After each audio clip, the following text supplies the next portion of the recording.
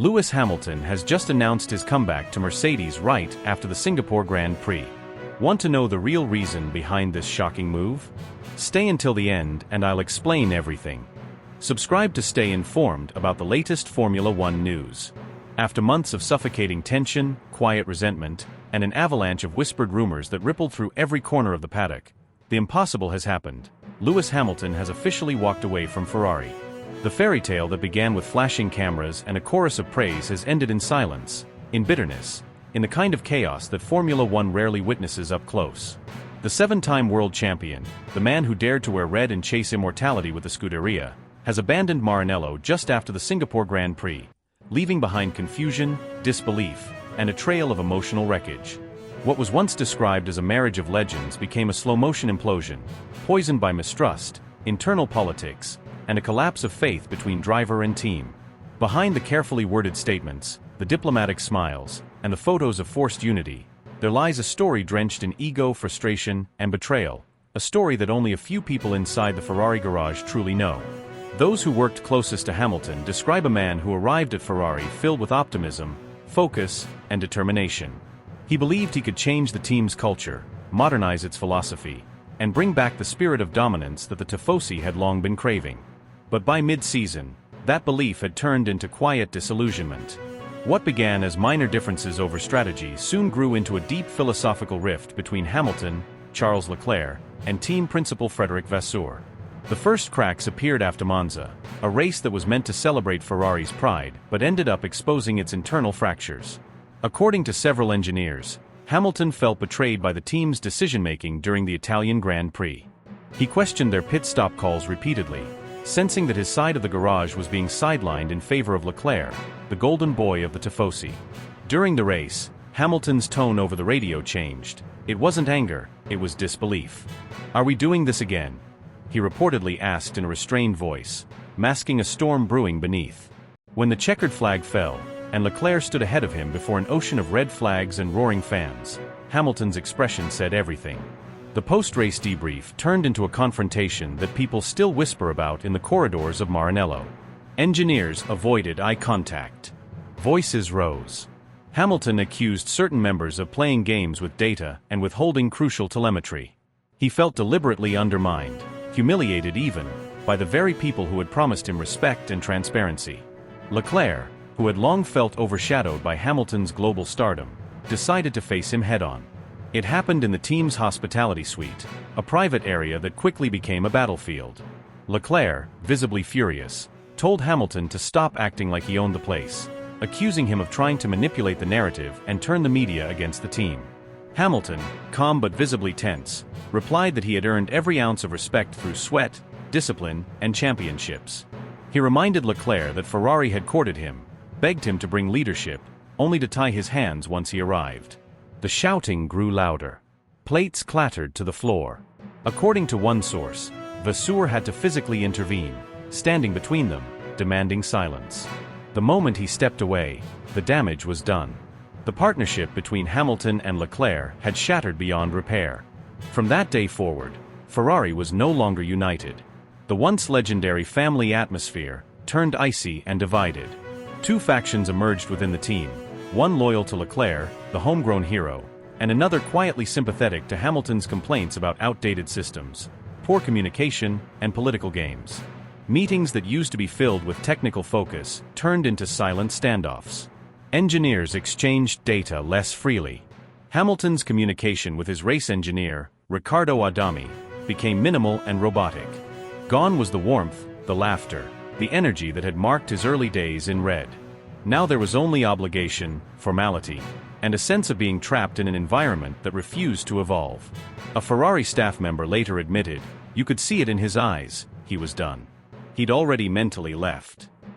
Hamilton began skipping media commitments, arriving late to briefings, keeping to himself in the motorhome, headphones on, eyes hidden behind sunglasses even indoors. The aura that once electrified the paddock was fading into quiet defiance.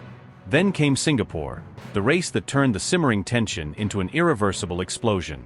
Hamilton has always loved the Marina Bay circuit, its lights, its precision, its intensity. But this time, Ferrari arrived with upgrades that were meant to deliver redemption and instead delivered chaos. During Friday practice, Hamilton complained that the rear of the car was unstable, twitchy, unpredictable. Engineers worked late into the night, running simulations and data models, but the problem persisted. During qualifying, the imbalance worsened. And then came the final blow. Leclerc was given the preferred tire allocation during Q3, a decision that infuriated Hamilton. When he climbed out of the car after missing pole position by fractions, he ripped off his gloves and hurled his steering wheel against the wall of the garage. It clattered loudly, echoing like a gunshot. Without saying a single word, Hamilton walked out of the garage, brushed past cameras, ignored questions, and vanished into the humid Singapore night. He skipped interviews, skipped meetings, skipped everything. Hours later, whispers began spreading through the paddock. Toto Wolff had been spotted dining discreetly at Marina Bay Sands. No one knew who he was meeting, but the timing was too perfect to ignore. By midnight, insiders claimed Hamilton had joined him, entering the hotel through a private entrance under a different name. The meeting was arranged through a quiet connection involving one of Wolff's corporate partners and a close friend of Angela Cullen, Hamilton's longtime confidant and former physiotherapist. Over dinner that stretched past midnight, the two men reportedly spoke not just about racing, but about legacy, trust, and unfinished business. It was the kind of meeting that changes the course of careers. Within days, encrypted emails began circulating between legal teams in Brackley and Hamilton's representatives. The deal was conducted in total secrecy, hidden behind layers of confidentiality agreements, fake calendar entries, and private flights scheduled at obscure hours. Wolff's patience and precision paid off. He had been waiting for this window, quietly watching Ferrari's internal chaos unfold, knowing exactly when to strike. When the Singapore weekend ended, Hamilton went through the motions. He drove cleanly, efficiently, without emotion. He didn't argue on the radio, didn't celebrate overtakes, didn't even respond to congratulatory messages from mechanics. It was as though he had already detached from the red car. The next morning, before sunrise, a formal letter reached Ferrari's headquarters. Hamilton's legal team invoked a rarely mentioned clause in his contract, one that allowed him to terminate the agreement early if certain performance or strategic commitments weren't met. Ferrari executives were stunned. They tried to reach him, but his phone remained off. By the time they gathered for an emergency meeting, the world already knew. Mercedes had released an official statement announcing Hamilton's return. The shock was seismic. Paddock insiders froze in disbelief. Journalists scrambled to verify what they were reading. Social media exploded in a storm of reactions, some celebrating, some furious, all astonished. Toto Wolff's strategy had been flawless. The bond between him and Hamilton, forged over a decade of triumphs and heartbreak, had never truly died. It had simply been waiting for the right moment to awaken again. Inside Ferrari, silence fell like a curtain. Engineers sat in disbelief. Leclerc reportedly spent an hour alone in his room, refusing to speak.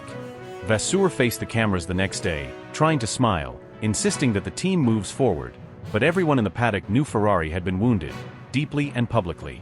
And Hamilton? He left Singapore the same way he left the team garage that night, quietly without a goodbye, walking through the airport with headphones on, dressed in black, eyes hidden, expression unreadable. For him, it wasn't just an exit, it was liberation. The dream that once glowed bright red had burned out, and in its ashes, a familiar silver light was waiting for him in Brackley. The man who once promised to make Ferrari unstoppable had learned a cruel truth about the sport he loves. In Formula One, loyalty is temporary, alliances are fragile, and emotion is a luxury few can afford. Hamilton's departure wasn't just a transfer, it was a message to the entire grid. Even the mightiest teams can lose their soul when pride blinds them to the needs of their champions. And as he steps back into Mercedes, Hamilton does so not as the driver who left, but as the man who rose again from the fire, ready to rewrite his story one last time. That sweltering electric night in Singapore wasn't just another race weekend, it was the rebirth of something monumental. Beneath the city's neon reflections and the deafening hum of generators, a quiet current of destiny was building, unseen by the cameras and unsuspected by even the sharpest journalists. It was there, amid the heat and humidity, that the first true steps toward Lewis Hamilton's emotional homecoming to Mercedes began to take shape.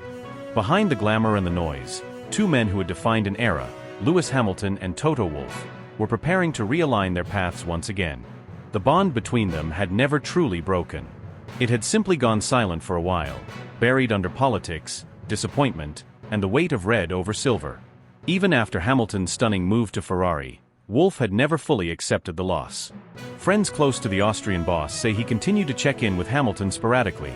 A birthday message here, a small text after a race there, quiet, calculated gestures that kept the connection alive without drawing attention. Beneath those polite exchanges was a layer of unspoken truth. Toto Wolff still saw Hamilton as his driver. Within the walls of Brackley, engineers whispered that Wolff would occasionally glance at Hamilton's Ferrari results and mutter, "He'll come back. One day, he'll see that nobody runs a team the way we do." That phrase, part hope, part prophecy, became something of a legend in the corridors of Mercedes HQ. And then, that message arrived. It was late, very late, the night after qualifying in Singapore. Hamilton, drained after another demoralizing Saturday, sat alone in his suite overlooking the glowing Marina Bay skyline. He'd given his all, but once again, Ferrari had failed to deliver. Somewhere between frustration and clarity, he opened his phone and typed just 5 words, "It's time to come home." No punctuation. No context. Just a simple confession. At 12:43 a.m., Toto Wolff's phone lit up. He read it once. Then twice. Within seconds, his reply came back, "Let's make it happen." From that moment, the gears began turning. Before dawn even broke over Singapore, Wolff had already arranged an encrypted video call with Mercedes' inner circle, legal advisors, financial directors, and 2 senior engineers who had worked with Hamilton during his championship years. The call was so secretive that it wasn't even listed on internal schedules. The operation had one mission: bring Lewis back without the world noticing. By the end of that weekend, discussions had evolved from emotional to tactical. Hamilton's representatives quietly joined the process. Within hours, lawyers were drafting proposals, using coded project names to mask the real purpose of their documents. Hidden under files labeled Vehicle Transition Review, the first outlines of an early termination clause between Hamilton and Ferrari began circulating. It was done with surgical precision, executed in total silence. When the paddock packed up Sunday night, only 5 people in the entire sport knew what was about to happen. Then came the chaos. By Tuesday morning, when the first whispers reached Maranello, Ferrari's communications department was blindsided. Executives scrambled for information as Italian newspapers began hinting at unusual legal activity involving Hamilton's representatives. One Ferrari insider reportedly said, "It was like being hit by a thunderstorm we never saw coming." Even Hamilton's closest colleagues at Ferrari were kept in the dark, sensing only that something had changed in his demeanor, calmer, distant, but with that unmistakable glint in his eyes that usually meant he had already made up his mind. Within a matter of days, the framework of Hamilton's new Mercedes deal was completed. What emerged wasn't just a contract, it was a statement of identity, power, and purpose. The numbers alone were staggering, a 2-year commitment worth an estimated £45 million per season. But the true weight of the agreement lay in its details. For the first time in his career, Hamilton had negotiated unprecedented creative influence within the team. The right to directly engage with engineers during the design phase of the car, to shape development decisions, to sit in on technical briefings that were previously reserved for senior personnel only. This clause, insiders say, was non-negotiable for Lewis. He wanted to be more than just a driver. He wanted to be a co-architect of Mercedes' 2026 project, the machine that would usher in the new hybrid era. He would have full access to Brackley's design offices, the simulator division, and even the aerodynamic research department in Brixworth. It wasn't about control, it was about alignment. After 2 seasons feeling sidelined in Maranello's rigid hierarchy, Hamilton craved collaboration, transparency, and the kind of engineering synergy that had once made him unstoppable. But Mercedes didn't just bring him back as a driver, they built him a legacy platform. The new contract includes a long-term ambassadorial role, one that transcends Formula One entirely.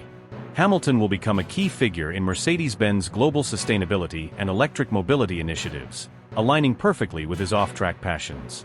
He will have direct input into campaigns promoting green technology and equality programs, effectively becoming a bridge between the racing world and the brand's future vision.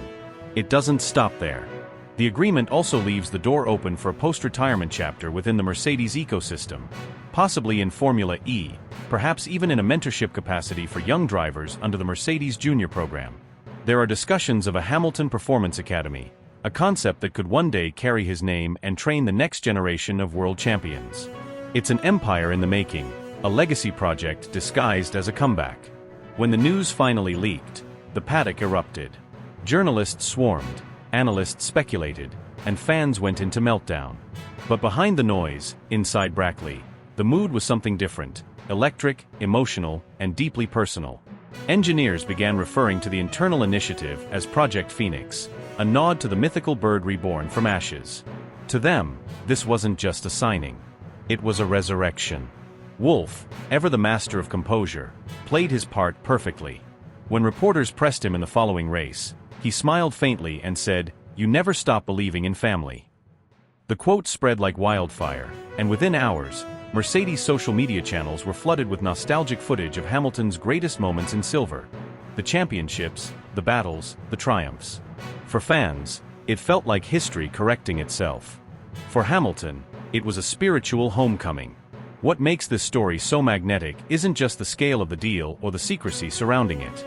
It's the raw emotion beneath it, the sense of destiny between two figures who built each other's legacies.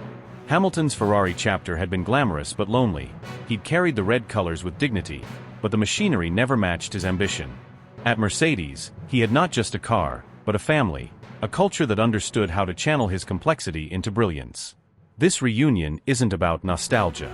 It's about rewriting the final act of one of the greatest careers in sporting history. It's about two forces, one human, one mechanical, reuniting to chase something immortal. For Hamilton, it's redemption, purpose, and closure.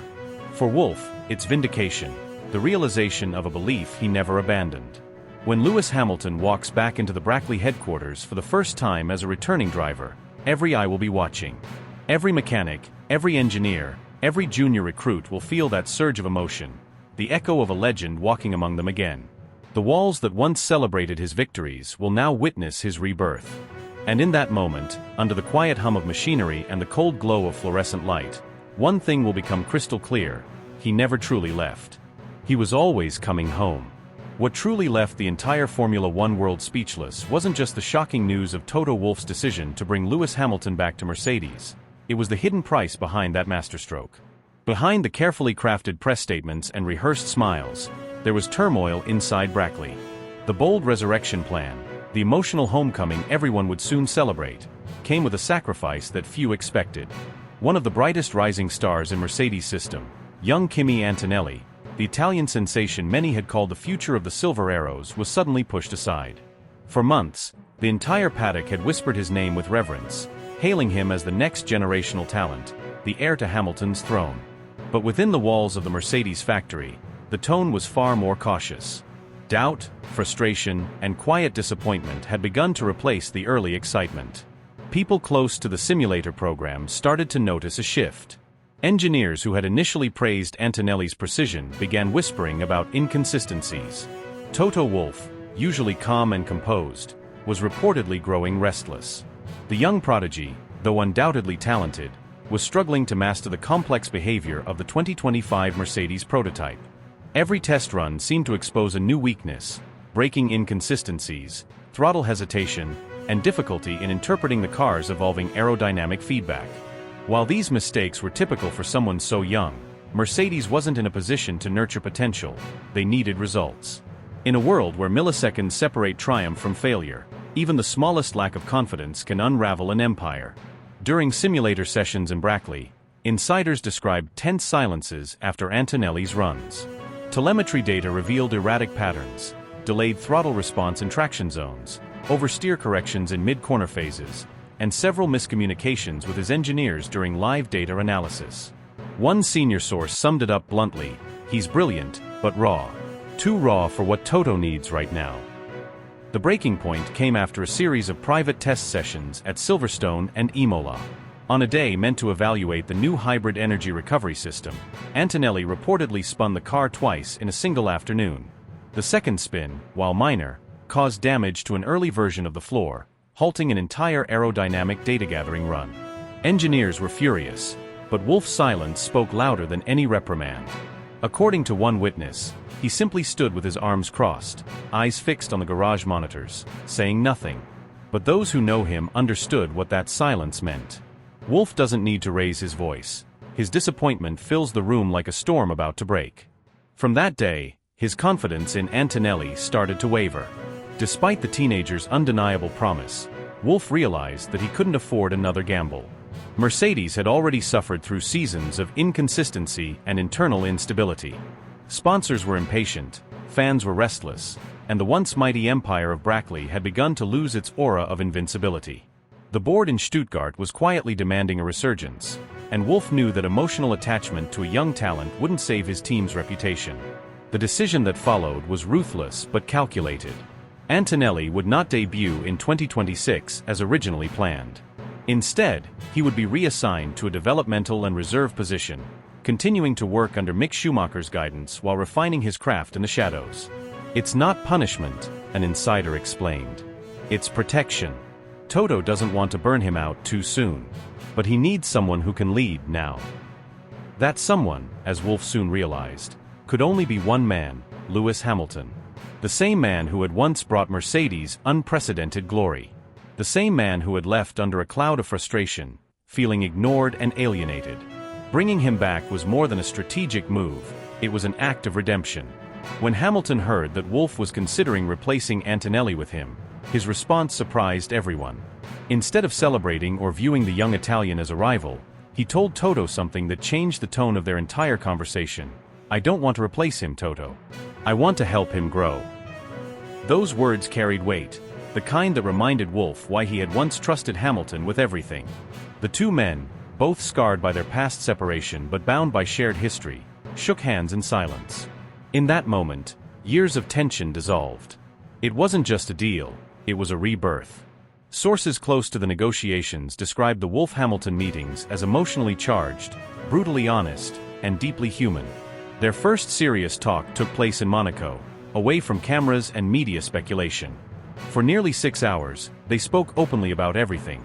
The pain of their split, the coldness that had replaced their friendship, the tactical errors that had cost Hamilton crucial points, and the quiet resentment that had grown between them. Hamilton reportedly told Wolff he had felt abandoned and unheard during his final seasons at Mercedes. He admitted that he left not because he wanted to, but because he felt his voice no longer mattered. Wolff, for his part, confessed that he had failed to understand how much emotional connection mattered to Hamilton. "I treated him like a corporate asset," he reportedly said. "But he was family." By the end of that meeting, both men were in tears, not from weakness, but from the recognition that their partnership had always been something deeper than business. They had built an empire together, fallen apart, and now were standing on the edge of rebuilding it once again. A week later, after their deal was finalized, Hamilton quietly returned to Brackley for the first time in years. He arrived in the early morning, slipping through a side entrance normally reserved for test personnel. Most of the staff had no idea he was coming. The few who saw him described the moment as surreal, the living legend walking through the same corridors where he once shaped history. Mechanics stopped mid-conversation. Engineers froze at their workstations. Slowly, word spread through the building like a current. Hamilton was back. What followed was pure electricity. As he made his way through the engineering bay, old colleagues approached him with smiles, handshakes, even hugs. There was laughter, disbelief, and a kind of collective relief that could almost be felt in the air. "He was smiling again," said one technician. "It was the first time in months that anyone here looked genuinely happy." Hamilton chatted with interns, took selfies with junior engineers, and asked detailed questions about ongoing projects. He spent hours talking with Mike Elliott and James Allison, examining design models, discussing aerobalance, tire degradation, and the new suspension concepts for the 2026 regulation change. An engineer who witnessed the reunion later described it as like watching the soul of the team return. Another said, when Lewis walked in, the mood changed instantly. It wasn't just about racing anymore, it was about belonging again. By the time Hamilton left that evening, the Brackley factory was buzzing with renewed energy. The corridors that had felt heavy for so long were suddenly alive with optimism and anticipation. Even those who had doubted Wolff's controversial decision now admitted that something intangible had shifted, something that couldn't be measured on a stopwatch. And so what began as a shocking personnel shakeup, the sidelining of Antonelli, the emotional reconciliation between two titans, the unexpected reunion of Hamilton and Wolff, became the spark that reignited Mercedes from within. Inside the factory, people whispered that this wasn't just about reclaiming victories or chasing another title. It was about reclaiming identity. about rediscovering the heartbeat that once made Mercedes unstoppable. For the first time in years, everyone at Brackley shared the same belief, that greatness wasn't lost.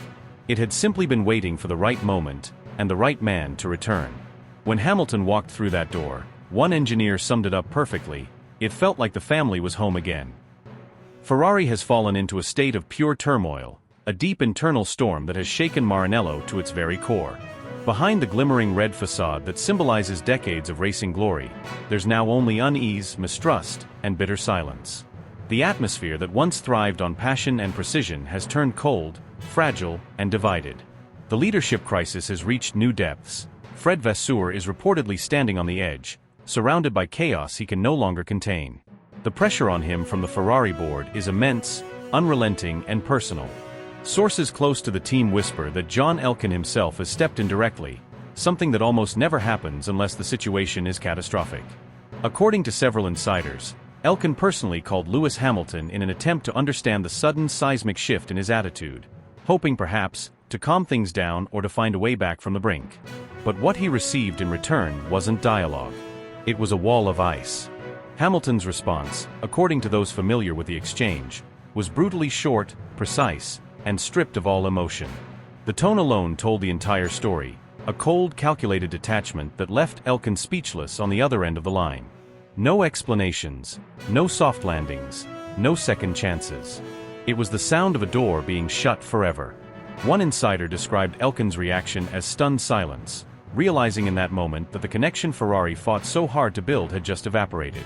For all the money, for all the promises, Hamilton had already mentally left Maranello long before the conversation ended. Inside the Scuderia headquarters, the mood has deteriorated beyond repair. Vasseur's once confident leadership style has turned defensive and erratic. Meetings that used to be analytical and forward-focused have devolved into tense exchanges and finger-pointing. Engineers who once operated with military-like precision now whisper their frustrations in hallways, their voices low and cautious, afraid of being overheard. There's no laughter anymore, no optimism. The trust that once fueled Ferrari's internal machine has vanished.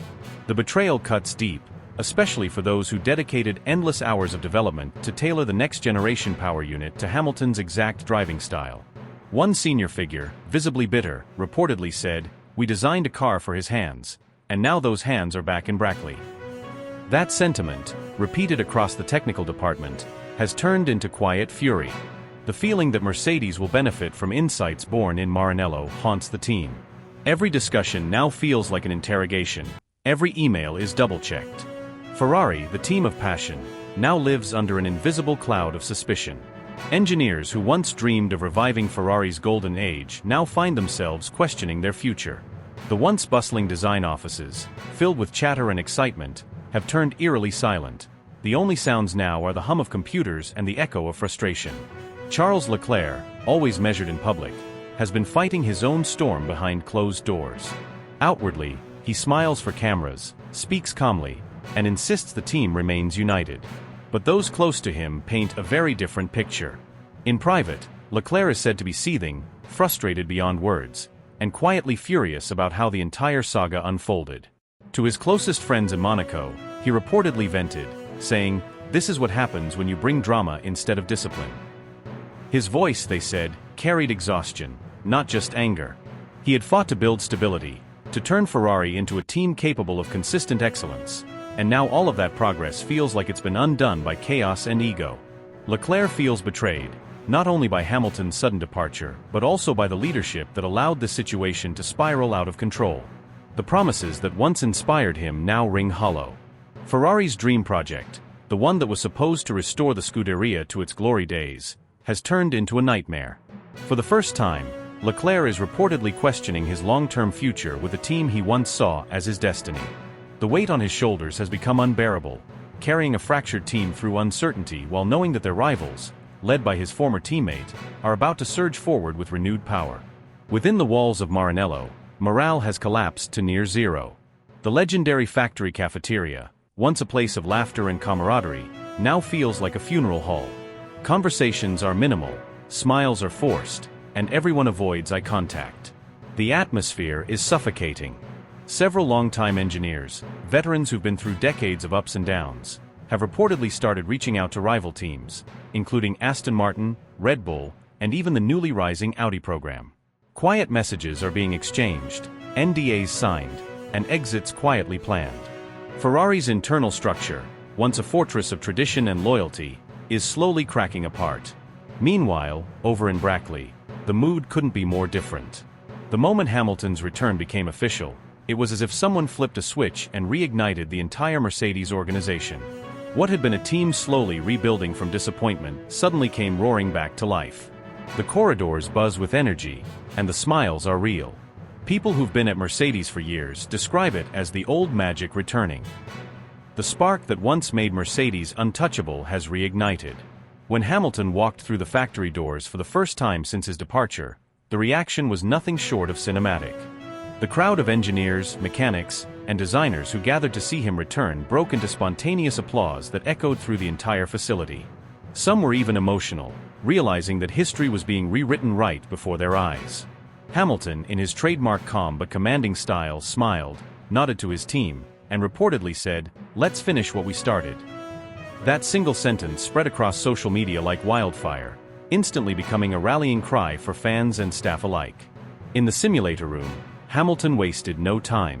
He jumped into testing sessions for the W17, Mercedes' upcoming concept car, and insiders say his reaction was pure excitement. He called it a beast with potential, his eyes lighting up the same way they did in 2014 when Mercedes was on the brink of domination. His feedback, precise and razor-sharp, reminded everyone why he's more than just a driver. He's an architect of performance, a living blueprint for success. The engineers, reinvigorated by his energy, described the session as electric. After months of slow progress, Hamilton's input has transformed the project from promising to potentially revolutionary. The fan reaction has been nothing short of overwhelming.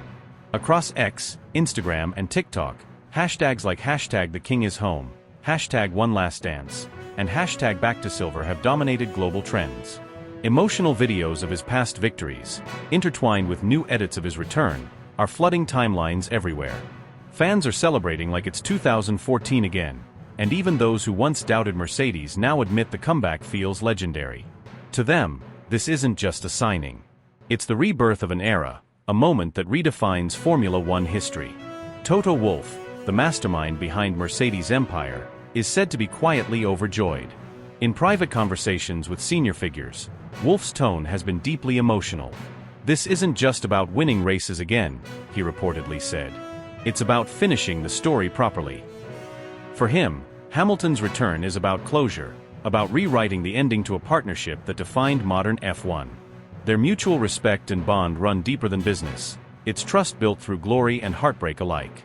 Wolff sees this as the final act in a story that deserves the perfect ending, and he knows Hamilton is returning with fire in his soul. Whispers in the paddock suggest Hamilton might even test the new Mercedes during the post-season young driver test in Abu Dhabi, a symbolic gesture that would mark his official homecoming. If that happens, it will be more than a test. It will be a moment for the ages, a visual confirmation that the prodigal son has come home to where he belongs. Meanwhile, in Italy, Ferrari's legal department is scrambling to tie up the loose ends of Hamilton's contract, desperate to avoid further humiliation. Lawyers are reportedly working through the night, trying to minimize the damage. The entire Formula One world is in shock. Alliances are shifting, power structures are collapsing, and fan bases are colliding in heated debates. Everything feels unpredictable again, and that's what makes it thrilling. The greatest driver of his generation is back in the silver seat, his purpose sharper than ever, his hunger reignited. What once seemed like a fading legend has transformed into a blazing resurgence. As one senior figure in Brackley put it with a knowing smile, "When Lewis steps back into that garage, you can feel the air change. Everyone straightens up. Everyone feels it, that storm's coming." And indeed, that storm isn't just about speed or trophies. It's about redemption, unfinished business, and the unstoppable will of a man who refuses to fade quietly. Lewis Hamilton isn't just returning. He's coming back to rewrite history, one final time, on his own terms.